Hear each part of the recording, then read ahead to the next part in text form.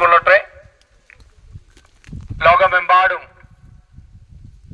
Christmas ആഘോഷത്തിൻ്റെയും പുതുവത്സരത്തിൻ്റെയും ആഘോഷ സന്തോഷത്തിലായിരിക്കുമ്പോൾ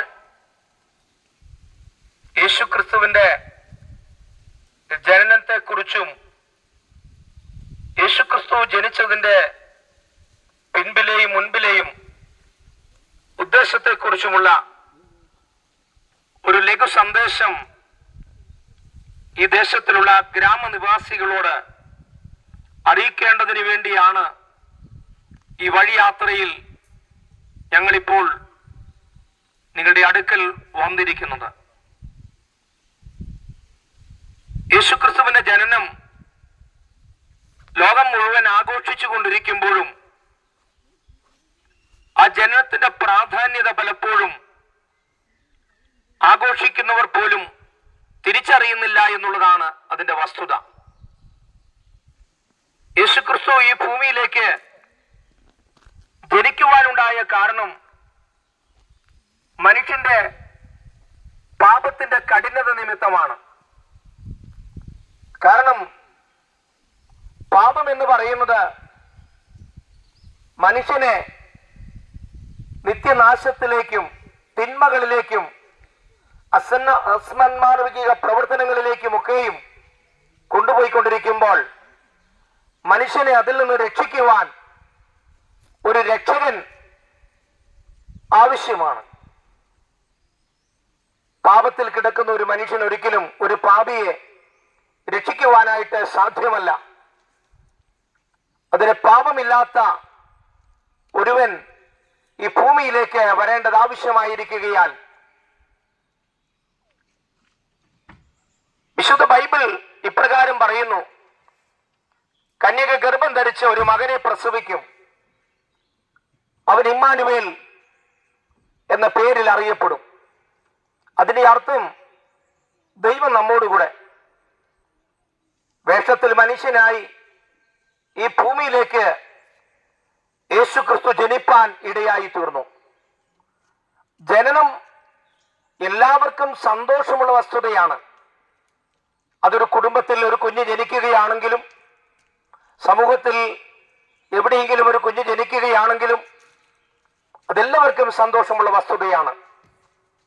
പലപ്പോഴും ഈ ജനനത്തെക്കുറിച്ചും ജീവിതത്തെക്കുറിച്ചും ഒക്കെയും പറയുമ്പോൾ ചില ചിന്തകൾ എൻ്റെ മനസ്സിലൂടെ ഓടി വരാറുണ്ട്. ജനനം എല്ലാവർക്കും സന്തോഷം നൽകുന്നതാണെങ്കിൽ മരണം എല്ലാവർക്കും വേദന സമ്മാനിക്കുന്നതാണ്. ജനനം എന്ന മൂന്നക്ഷരം ഒരു മനുഷ്യനെ അടുത്ത സമയങ്ങളിൽ നയിക്കുന്നത് ജീവിതം എന്ന മൂന്നക്ഷരത്തിലേക്കാണ്. ജനനം ഒരു നിമിഷം കൊണ്ട് നടക്കുമ്പോൾ ജീവിതം അനേകം വർഷങ്ങളിലൂടെ യാത്ര ചെയ്യുന്നതാണ്. ബൈബിൾ മനുഷ്യന്റെ ജീവിതത്തെക്കുറിച്ച് ഇങ്ങനെയാ പറയുന്നത്: 4 വിരൽ നീളമാക്കിയിരിക്കുകയാണ്. 4 വിരൽ എന്ന് പറയുമ്പോൾ ബാല്യം, കൗമാരം, യൗവനം, വാർദ്ധക്യം. ബാല്യത്തിൽ മരണം സംഭവിക്കാം. നമുക്കറിയാമല്ലോ, ജനിച്ച ഉടനെ തന്നെ ഈ ലോകത്തിൽ നിന്ന് മാറ്റപ്പെടുന്ന അനേക കുഞ്ഞുങ്ങളെ നമ്മൾ കണ്ടിട്ടുണ്ട്. അത് നിമിത്തം നിരാശപ്പെടുന്ന മാതാപിതാക്കളെ നമ്മൾ കണ്ടിട്ടുണ്ട്. ബാല്യത്തിൽ മരണം സംഭവിക്കാം. മരണമെന്ന ഈ വസ്തുത ഏത് സമയത്തും ഏത് ഭവനത്തിലും ഏത് നിലയിലും ഏത് രീതിയിലും വരുവാൻ സാധ്യതയുള്ള ഒരതിഥി എന്ന് വേണമെങ്കിൽ നമുക്ക് പറയാം. അതേത് സമയത്തും വരാം. നിലയ്ക്കാത്ത നാഴികയിൽ ഞങ്ങൾ ഈ വഴിയാത്രയിൽ ഇപ്പോൾ ഒരു വ്യക്തിയുടെ മരണത്തെക്കുറിച്ച് കേൾക്കുവാനിടയായി.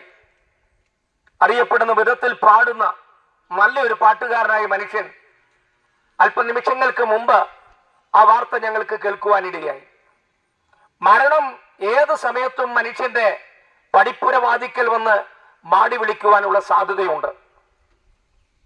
ഞാൻ ആദ്യം ഒരു കാര്യം ഉറപ്പിച്ചു: ജനനം എന്ന മൂന്നക്ഷരം ഒരു മനുഷ്യനെ ജീവിതത്തിലേക്ക് നയിക്കുമ്പോൾ ബാല്യത്തിൽ മരണം സംഭവിക്കാം, കൗമാരത്തിൽ മരണം സംഭവിക്കാം, യൗവനത്തിൽ മരണം സംഭവിക്കാം, വാർദ്ധക്യത്തിൽ മരണം സംഭവിക്കാം. അപ്പൊ ജീവിതം എന്ന ഈ യാത്രയിൽ ഏത് നിമിഷവും മരണം സംഭവിക്കാം. നമുക്കറിയാം, രാവിലെ പേപ്പർ എടുത്ത് നോക്കുമ്പോൾ അല്ലെങ്കിൽ ദൃശ്യമാധ്യമങ്ങളിലൂടെയൊക്കെയും നമ്മൾ കാണുന്നത് എന്താ? അനേകം മരണങ്ങൾ. കഴിഞ്ഞ നാളുകളിലൊക്കെയും കേരളം വളരെ വേദനിച്ച വിധത്തിലുള്ള മരണങ്ങൾ കണ്ടവരാണ് നമ്മൾ. അതിന്റെ അർത്ഥം എന്താ? ഒരിക്കൽ ഈ നശ്വരമായ ലോകം വിട്ട് നാം എല്ലാം പോയേ മതിയാകും. നാം എല്ലാവരും പോകണം. മരണം എന്നത് കുടിലിലും കൊട്ടാരത്തിലും എവിടെയും കയറി വരും. പണമുണ്ടെങ്കിലും പണമില്ലെങ്കിലും, പ്രതാപമുണ്ടെങ്കിലും പ്രതാപമില്ലെങ്കിലും മരണത്തെ പിടിച്ചടക്കുവാൻ കഴിയുകയില്ല. അപ്പൊ മരണത്തെ ഒരു വിധത്തിൽ പറഞ്ഞാൽ ഭയമില്ലെന്ന് പറയുമ്പോഴും പലരും ഭയപ്പെടുന്നത് നമുക്ക് കാണുവാനായിട്ട് സാധിക്കും. ജീവിതമെന്ന മൂന്നക്ഷരം മനുഷ്യനെ മരണമെന്ന മൂന്നക്ഷരത്തിലേക്ക് എത്തുമ്പോൾ ആ മരണത്തിനപ്പുറത്ത് ഒരു ജീവിതമുണ്ടെന്ന് വിശുദ്ധ ബൈബിൾ വളരെ വ്യക്തമായി പഠിപ്പിക്കുന്നുണ്ട്. നിത്യത എന്നാണ് ബൈബിൾ അതിനെ വിവക്ഷിക്കുന്നത്. രണ്ട് വിധത്തിലുള്ള നിത്യതയെ ബൈബിൾ വിളിച്ചു പറയുന്നു. പാപത്തിൽ ജനിച്ച് പാപത്തിൽ ജീവിച്ച് പാപത്തിൽ മരിക്കുന്ന ഒരു മനുഷ്യൻ നിത്യശിക്ഷാവിധിയായ നരകാഗ്നിയിലേക്ക് വീഴ്ത്തപ്പെടുമെന്ന് വിശുദ്ധ ബൈബിൾ വളരെ വ്യക്തമായി പഠിപ്പിക്കുന്നു. 66 പുസ്തകങ്ങളിലെ ഏറ്റവും ഒടുവിലെ ഒരു പുസ്തകമുണ്ട്, വെളിപ്പാട് പുസ്തകം. അതിന്റെ 20-ാം അധ്യായം 15-ാം വാക്യം ഇപ്രകാരം പറയുകയാണ്: ജീവപുസ്തകത്തിൽ പേർ എഴുതി കാണാത്ത ഏവനെയും തീപ്പൊയ്കയിൽ തള്ളിയിടും. കാരണം നമുക്കറിയാം, പാപത്തിന് ശിക്ഷയുണ്ട്. ഒരു മനുഷ്യൻ ഒരു ദിവസം ഒരു പാപം ചെയ്താൽ ഒരു വർഷമാകുമ്പോൾ ആ മനുഷ്യൻ 365 പാപം ചെയ്യുകയാണ്. നമുക്കൊരു 10 മാസം വെച്ച് കണക്ക് കൂട്ടാം. അങ്ങനെ കൂട്ടിയാൽ 10 വർഷം ജീവിക്കുന്ന ഒരു മനുഷ്യൻ 3600 പാപം ചെയ്യുന്നു. 3600 പാപം ചെയ്ത ഒരു മനുഷ്യൻ, ഞാൻ പറഞ്ഞത്, മനുഷ്യൻ ഒരു പാപമേ ഒരു ദിവസം ചെയ്യുന്നുള്ളൂ എന്ന് നമുക്ക് ആർക്കും പറയുവാൻ കഴിയുകയില്ല. അനേക പാപങ്ങൾ, 3600 പാപം 10 വർഷം കൊണ്ട് ചെയ്ത ഒരു മനുഷ്യൻ ദൈവത്തിന്റെ ന്യായവിധിയുടെ മുമ്പിൽ നിൽക്കേണ്ടി വരും. നമുക്കറിയാം, ഇന്ത്യൻ നിയമപ്രകാരം കൊലക്കുറ്റത്തിന് വിധിക്കപ്പെട്ടാൽ തീർച്ചയായും വധശിക്ഷയിലേക്കാണ് അതിന്റെ ശരിയായ റൂട്ട് മുമ്പോട്ട് പോകുന്നത്. എന്നാൽ ഇന്ന് പലപ്പോഴും അതിൽ നിന്നൊക്കെയും രക്ഷപ്പെടുന്ന കാഴ്ചകൾ നമ്മൾ കണ്ടിട്ടുണ്ട്. എന്നാൽ പാപം ചെയ്ത മനുഷ്യൻ നിത്യശിക്ഷാവിധിയുണ്ട്. ബൈബിൾ പറയുന്നു, പാപത്തിന്റെ ശമ്പളം മരണമാണ്. ഒരിക്കൽ നാം എല്ലാവരും നിശ്ചയമായും ദൈവത്തിന്റെ ഒരു ജഡ്ജ്മെന്റിന് മുമ്പിൽ നിൽക്കേണ്ടി വരുമെന്ന് വിശുദ്ധ ബൈബിൾ വളരെ കൃത്യമായി പഠിപ്പിക്കുകയാണ്. ഒരിക്കലും ഒരു മനുഷ്യനും ആ നരകാഗ്നിയിലേക്ക് പോകുവാൻ ദൈവം ആഗ്രഹിക്കുന്നില്ല. അതുകൊണ്ട് നീതിമാനായ ദൈവം ആ ശിക്ഷ താൻ ഏറ്റെടുക്കുവാൻ ഇടയായി തീർന്നു. അതുകൊണ്ട് യേശുവിന്റെ ജനനത്തിന്റെ പിൻപിലെ ലക്ഷ്യമെന്ന് പറയുന്നത് സകല മാനവരാശിയുടെയും പാപത്തിന്റെ പരിഹാരത്തിന് വേണ്ടി നാം ഓരോരുത്തരും ശിക്ഷിക്കപ്പെടേണ്ട ആ ശിക്ഷ കർത്താവായ യേശു ക്രിസ്തു തന്റെ ചുമലിൽ ഏറ്റെടുക്കുവാനായിട്ട് ഇടയായി തീർന്നു. അങ്ങനെ സകല മാനവരാശിയുടെയും പാപത്തിന്റെ പരിഹാരത്തിന് വേണ്ടി യേശു ക്രിസ്തു കാൽവരി ക്രൂശിൽ യാഗമായി തീരുവാൻ ഇടയായി തീർന്നു.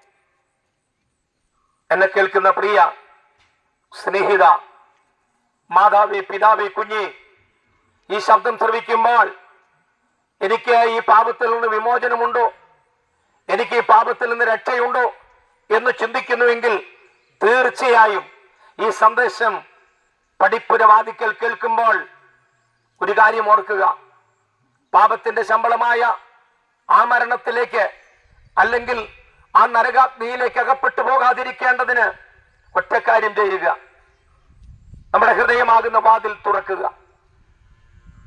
എന്നിട്ട് ഇപ്രകാരം പറയുക: സകലത്തെയും ഉരുവാക്കിയ സകലത്തിന്റെയും കാരണഭൂതനായ ദൈവത്തോട് ഒറ്റക്കാര്യം, ഞാൻ പാപിയായ ഒരു മനുഷ്യൻ, കാണുവാൻ പാടില്ലാത്തത് കണ്ടും കേൾക്കുവാൻ പാടില്ലാത്തത് കേട്ടും പറയുവാൻ പാടില്ലാത്തത് പറഞ്ഞും എൻ്റെ ജീവിതം, എൻ്റെ മനസ്സ് മലിനമായിരിക്കുകയാ.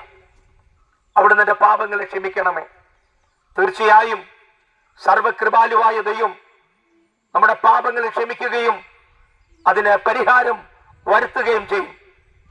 മറ്റൊരുത്തരിലും രക്ഷയില്ല.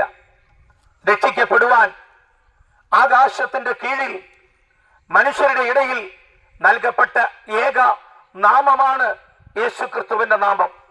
അതുകൊണ്ട് യേശുക്രിസ്തുവിന്റെ ജനനത്തിന്റെ പിൻപിൽ ഉള്ള ഏറ്റവും ശ്രേഷ്ഠമായ ഉദ്ദേശം എന്ന് പറയുന്നത് പാപത്തിന്റെ പടുകുഴിയിൽ കിടക്കുന്ന മാനവരാശിയെ അതിൽ നിന്ന് രക്ഷിക്കുക എന്നുള്ളതാണ്.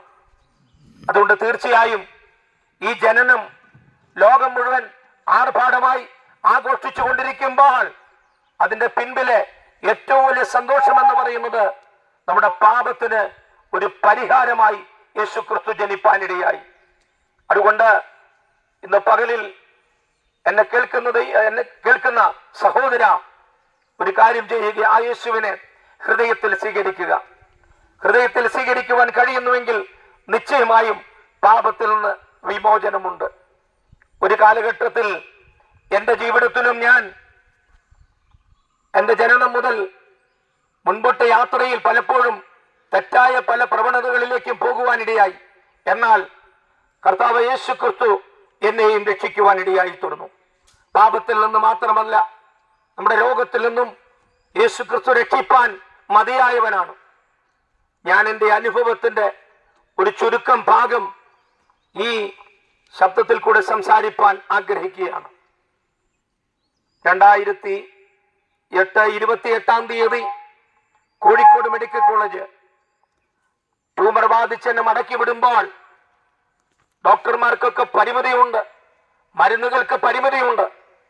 എന്നാൽ പരിമിതിയില്ലാത്തൊരു ദൈവത്തിന്റെ കരം എൻ്റെ മേൽ ചലിച്ച് എന്നെ സൗഖ്യമാക്കുവാനിടയായി.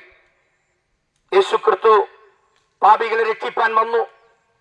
അതുമാത്രമല്ല, എന്നെ കേൾക്കുന്ന സ്നേഹിത സഹോദര, നിന്റെ ജീവിതത്തിൽ പാപം നിമിത്തമാകാം, അല്ലെങ്കിൽ ജീവിതയാത്രയിലൂടെ സംഭവിച്ചതാകാം, രോഗമാകട്ടെ, അതിനും സൗഖ്യദായകനായ യേശു ഇന്ന് ഈ ശബ്ദത്തിലൂടെ മകളെ, മകനെ നിന്നോട് സംസാരിക്കുക. മെഡിക്കൽ കോളേജിൽ നിന്ന് മടക്കി വിട്ട എന്നെ യേശു സൗഖ്യമാക്കി പുറത്തു കൊണ്ടുവരുവാൻ ഇടയായിത്തീർന്നു. അതുകൊണ്ടാണ് ഈ ഗ്രാമത്തിൽ കടന്നു വന്ന് നിങ്ങളോട് ഈ നല്ല വാർത്തയെ അറിയിക്കുവാനായിട്ട് ഇടയായി തീർന്നത്. സാധാരണ സുവിശേഷം എന്ന് പറയുമ്പോൾ പലരും ചോദിക്കും, എന്താ അതിന്റെ അർത്ഥം? സത്വാർത്ത, നല്ല വാർത്ത. യേശുക്രിസ്തുവിന്റെ ജനനം ഒരു നല്ല വാർത്തയാണ്. പലപ്പോഴും നല്ല വാർത്ത എന്ന് പറയുമ്പോൾ ഇന്ന് പല ജനനങ്ങളും അതെങ്ങനെ പണം ഉണ്ടാക്കാം, എങ്ങനെ പണം സമ്പാദിക്കാം എന്നോർത്തവർ ചിന്തിക്കുമ്പോൾ അതല്ല, മനുഷ്യന്റെ പാപത്തിന്റെ പരിഹാരത്തിന് വേണ്ടി യേശുക്രിസ്തു ഈ ഭൂമിയിലേക്ക് കടന്നു വന്ന് യാഗമായി തീർന്നു. അതാണ് ഏറ്റവും നല്ല വാർത്ത.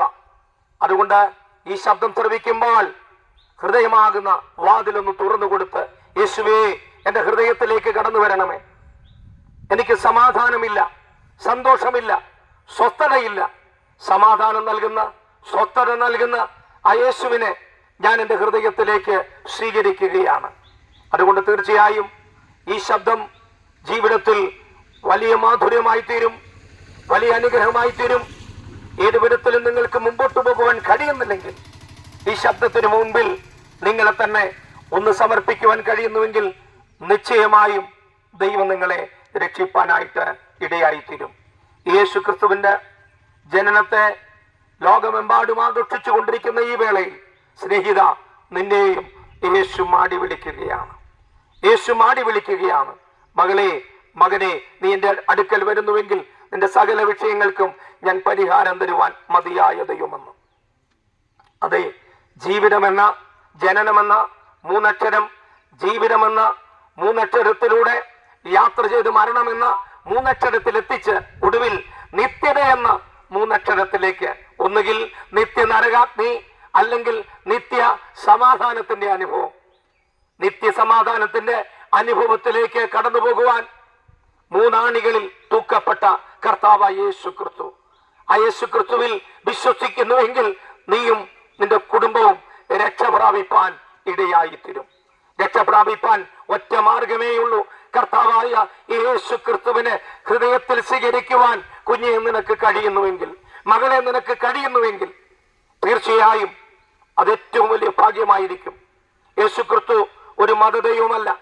ഏതെങ്കിലും മതങ്ങൾക്ക് വേണ്ടിയോ ഏതെങ്കിലും പ്രസ്ഥാനങ്ങൾക്ക് വേണ്ടിയോ ഏതെങ്കിലും സംഘടനകൾക്ക് വേണ്ടിയോ ഏതെങ്കിലും സമുദായങ്ങൾക്ക് വേണ്ടിയോ ഈ ഭൂമിയിലേക്ക് ജനിച്ച ഒരു വ്യക്തിത്വമല്ല.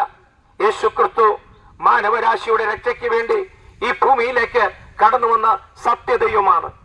യേശു കർത്താവ് ഇപ്രകാരം പറയുവാനായിട്ട് ഇടയായി തീർന്നു: ഞാൻ തന്നെ വഴിയും സത്യവും ജീവനുമാകുന്നു. ഞാൻ മുഖാന്തരമല്ലാതെ ആർക്കും പിതാവിന്റെ അടുക്കൽ എത്തുവാൻ കഴിയുകയില്ല. അതുകൊണ്ട് യേശു ക്രിസ്തു ഒരു മതദൈവമല്ല, ഏതെങ്കിലും വ്യക്തിത്വങ്ങളുടെ മാത്രം ദൈവമല്ല, സകല മാനവരാശിയുടെയും രക്ഷകനാണ്. അതുകൊണ്ട് ഈ ക്രിസ്തുമസ് സന്ദേശത്തിൽ ആ രക്ഷകൻ ജനിച്ചത് നമുക്കെല്ലാവർക്കും വേണ്ടിയാണ്. ആ രക്ഷകനിലേക്ക് നമ്മുടെ ഹൃദയം സമർപ്പിക്കുന്നുവെങ്കിൽ തീർച്ചയായും സ്നേഹിത, ഒരുപക്ഷെ ജോലി സ്ഥലങ്ങളിൽ ഇരുന്നായിരിക്കാം ഇത് കേൾക്കുന്നത്, ഒരുപക്ഷെ ഭവനത്തിൽ ഇരുന്നായിരിക്കാം ഇത് കേൾക്കുന്നത്. തീർച്ചയായും ആ രക്ഷ ലഭിപ്പാൻ ഒറ്റ മാർഗമേ ഉള്ളൂ. ഹൃദയം ഒന്ന് തുറക്കുക. രക്ഷക, എന്നെ രക്ഷിക്കണമേ, അങ്ങനെ ഹൃദയത്തിലേക്ക് കടന്നു വരണമേ. ഈ പാപത്തിൽ നിന്ന്, ഈ ശാപത്തിൽ നിന്ന്, ഈ തിന്മയിൽ നിന്ന്, ഈ തകർച്ചയിൽ നിന്ന്, ഞാൻ ഇന്ന് അനുഭവിക്കുന്ന എന്റെ ദീനരോധനങ്ങളിൽ നിന്ന് എന്നെ രക്ഷിക്കണമേ എന്ന് സ്നേഹിത നീ പറയുന്നുവെങ്കിൽ തീർച്ചയായും വായുമണ്ഡലത്തെ ഭേദിച്ചുകൊണ്ട് യേശു ക്രിസ്തുവിന്റെ ശക്തി നിന്റെ ഹൃദയത്തിലേക്ക് കടന്നു വന്ന് നിന്നെയും നിന്റെ കുടുംബത്തെയും രക്ഷിപ്പാൻ തക്കവണ്ണം ഇടയായിത്തീരും. ഈ ശബ്ദം ശ്രവിച്ച എല്ലാവർക്കും വേണ്ടി ഞങ്ങൾ ഒരു വാക്ക് പ്രാർത്ഥിക്കുവാനായി താല്പര്യപ്പെടുകയാണ്. കാരുണ്യവാനും കൃപ നിറഞ്ഞവനുമായി ഞങ്ങളുടെ സ്വർഗീയ പിതാവേ, അനുഗ്രഹീതമായ നല്ല നിമിഷത്തിൽ ഈ ദേശത്തിൽ കടന്നു വന്ന് ഇപ്രകാരം സംസാരിക്കുവാൻ ഞങ്ങൾക്കൊരുക്കിയ നല്ല അവസരത്തെ ഓർത്ത് ഞങ്ങൾ നന്ദി പറയുകയാണ്. ഈ ദേശത്തിനായി, ദേശനിവാസികൾക്കായി ഞങ്ങൾ പ്രാർത്ഥിക്കുകയാണ്. ഹൃദയത്തിൽ സമാധാനമില്ലാതെ, കുടുംബത്തിൽ സ്വസ്ഥതയില്ലാതെ ഭാരപ്പെടുന്ന ആരെങ്കിലും ഈ ശബ്ദത്തെ ശ്രവിക്കുന്നുവെങ്കിൽ അവരായിരിക്കുന്ന ഇടത്തിൽ യേശുവേ, സമാധാനം നൽകുന്ന അവിടുത്തെ വചനമയച്ച് അവരെ ആശ്വസിപ്പിക്കണം.